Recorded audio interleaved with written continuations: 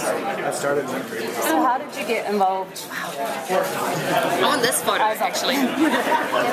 How did I get involved with iZombie? It was pilot season and I was looking at various pilots. My manager sent me this thing, iZombie, and I assumed just with the title it would be sort of along the lines of Walking Dead, and which I think is a great show. But it was a big surprise when I got home and read it, and it's this sort of bizarre zombie comedy procedural. It jams in as many genres as we can, and they have a lot of fun with it. They subvert the ideas of the zombie genre quite a lot. So I went in and tested. I Skyped with Rob, who was at his mum's 70th birthday in Austin, and we just hit it off, and it all fell into place. So Rob talked about how the character goes through a pretty dramatic arc in the first episode, and it's kind of losing a quarter-life crisis, losing everything that she's got, and having to reinvent herself. So, that could make a very bitter character, to play, but obviously Rob knows how to really bring out the comedy in those situations. Absolutely. I think, I've always been drawn to comedy with a strong sense of tragedy and vice versa, and I think that's smart writing, and Rob and Diane do a great job with that.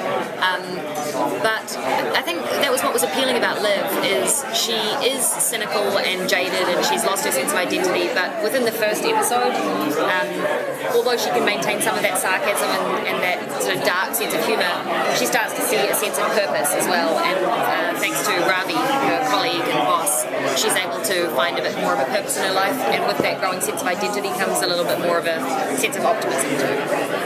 How's the mythology of how you have to look, and how you have to, if we're thinking in extremes of Walking Dead and, dissertation, you have to be a zombie, and you have to be a functional, person in the world, so, how do you kind of stay human and at the same time what you're kind of doing to kind of instill those new features that, Liv has got for life? Right. Change. Well, Rob Buckley coined the phrase SILF, which we're playing with, use your imaginations.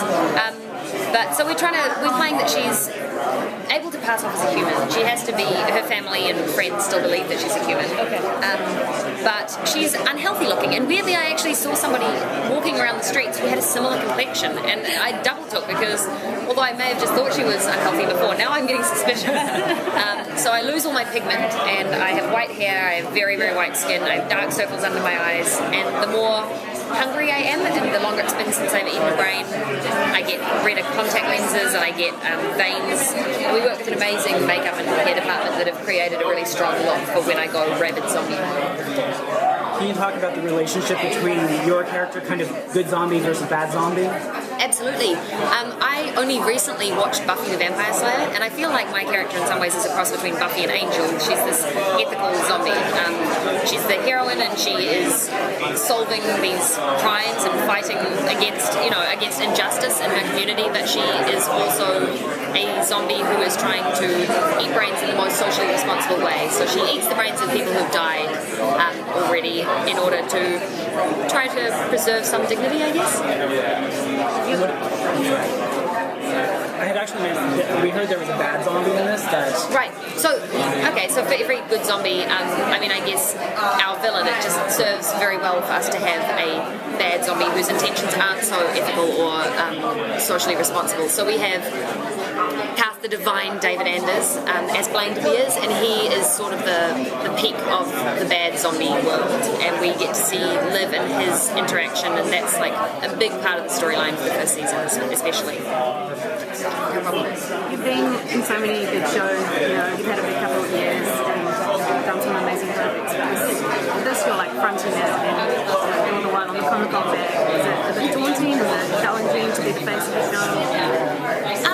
I don't think so. I think actually I just look around at the cast that I'm working with, and they're all stand-up comics. They're so funny. Like, we sit in this panel and they're so endearing. I think they all have really challenging roles that they're focused on, and I kind of just want my character's dynamic to be about the relationship with the other characters. I don't think she doesn't exist without the world around her. So no, I'm not any more intimidated than anybody else, I don't think. I'm incredibly grateful to have Rob and Diane creating my storylines, and I trust them implicitly, so that takes a lot of the pressure off too. What is it like seeing your face on all over the Comic Con bag? It's quite funny because I look so different, I hope, in real life.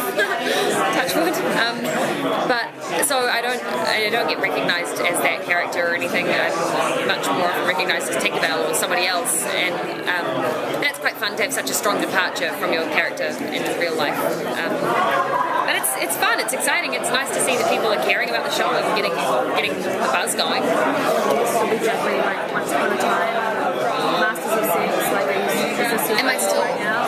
At the moment, for the next 6 or 7 months, however long we're shooting, I don't really have time to work on anything else, but my storylines are open on both those shows, so both the showrunners have been incredibly warm about wanting it to come back at some stage, so hopefully we can do that, because those are both shows that I've had a great time on. So. You've already kind of done a lot of shows in which people can dress up like your character. Have you seen anybody walking around as you so far? As Liv more from iZombie. I've seen a couple of Tinkerbells, but I haven't seen. I saw one actually. And iZombie. You didn't. I did. Oh, that's brilliant. Yeah. Well, the comic book has such a great fan following anyway our character that we developed, I feel like does have a very strong resemblance to the comic book. So hopefully we can kind of see some of that crossover in the costumes too. What do you admire about your female lead in the series? So it's really great to have that.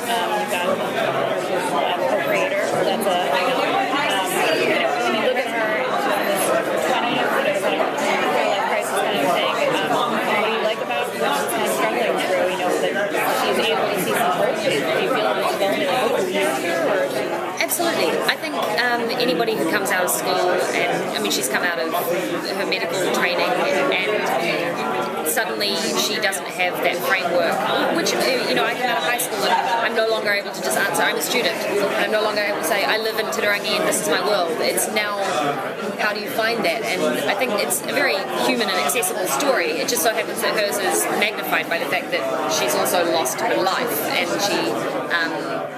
the things that you struggle with connections with your family and trying to decide where you want to live, and do you want to still engage with the school friends that you had. There's all those things that we go through, and I think it's kind of just a heightened experience of that. And interestingly, my best friend in New Zealand is a forensic psychologist, and she was talking to me about, she's doing her thesis at the moment on murder victims' families and what happens to the healing process when they find some sense of meaning and some sense of purpose, or write a book about the experience, or are able to place some of their identity in that process. And I think Liv has that very much once she realises in the first episode that she is able to actually help bring justice to people who've died and help solve the crime and find the killer. She gets a bit of a sense of identity in that all. And I think, I treat it as a heightened quarter-life crisis.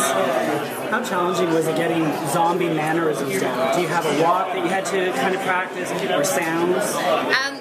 Yes, actually. It was incredibly challenging in thinking about it in the weeks leading up to shooting. But luckily, the first time that I actually had to play zombie was the middle of the night. We were shooting in the cold in Canada, in the woods. I'd been clinging to the roof of the car. My brain was mush. I wasn't really thinking at all. And it was a relief, because stuff just happened, and I had no inhibitions, and I just played around and managed to find something that I think worked. Sometimes that happens easier when you have a lot of adrenaline than when you're getting too heady about it. So we had fun that first night, and then we'll have fun riffing on that, I think, throughout the show. Thank you so much.